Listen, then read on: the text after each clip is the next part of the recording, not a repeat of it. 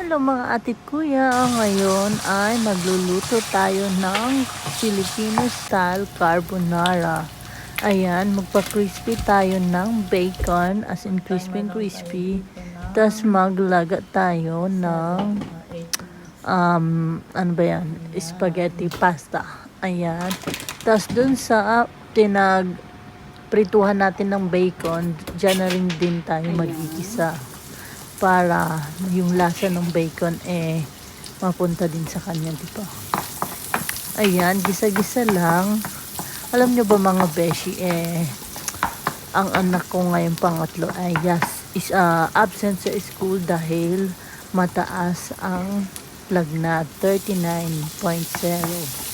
Ayun, pero genki pa rin siya. Masigla naman, kaya medyo okay. Kaso dito pala sa Japan, pag may lagnat ka, ay ano pa rin pala, tinutusok pa rin ang ilong, kawawa tuloy siya kanina. Umiiyak siya kanina sa ospital. Tapos ayan, gumamit lang ako ng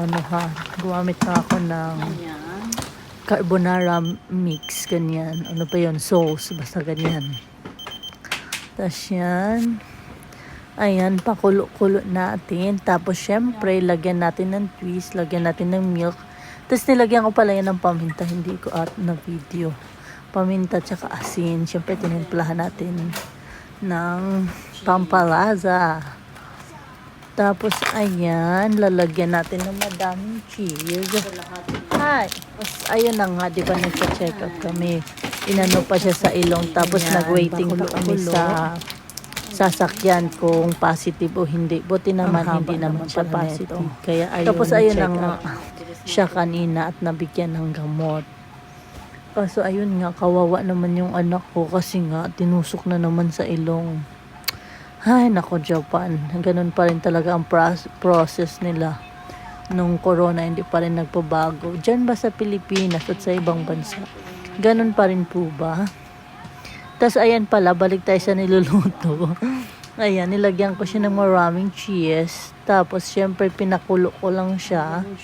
Hindi naman pinakulo. Ayan nga, pinakulo.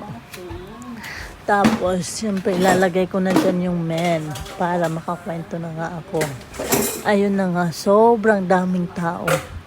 Kahit dito sa Japan, pag Monday talaga, sobrang daming tao sa mga hospital.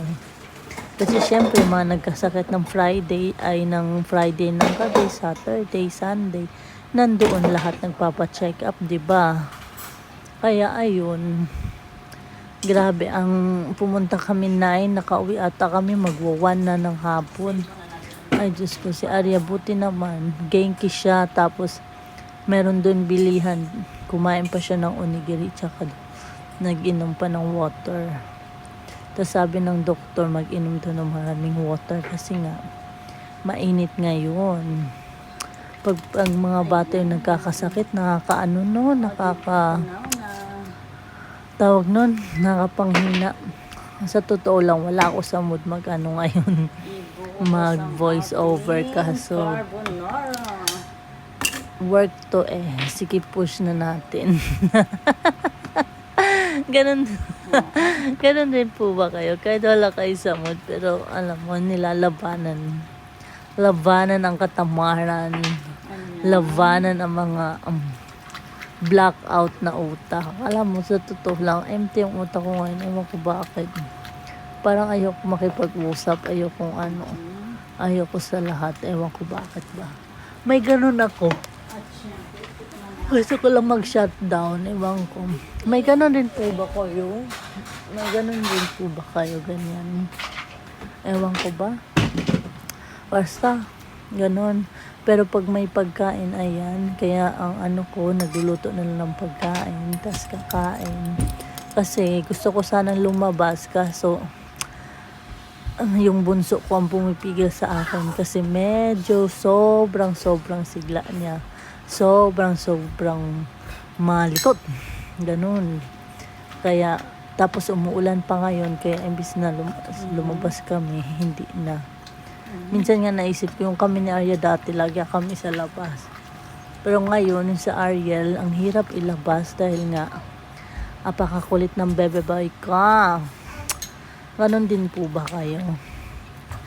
Ayan. Ayan na siya. Medyo palutuin lang natin ng konti yung ano kasi medyo manigas pa. Ayan. Tapos, ayan. Ilagay yung bacon. Tapos, parmesan cheese. Oh, ayan. Dapat lulutuin ko yung classic pero ito na lang kasi gutom na ako. Ayan po. Enjoy. Itadakimasu.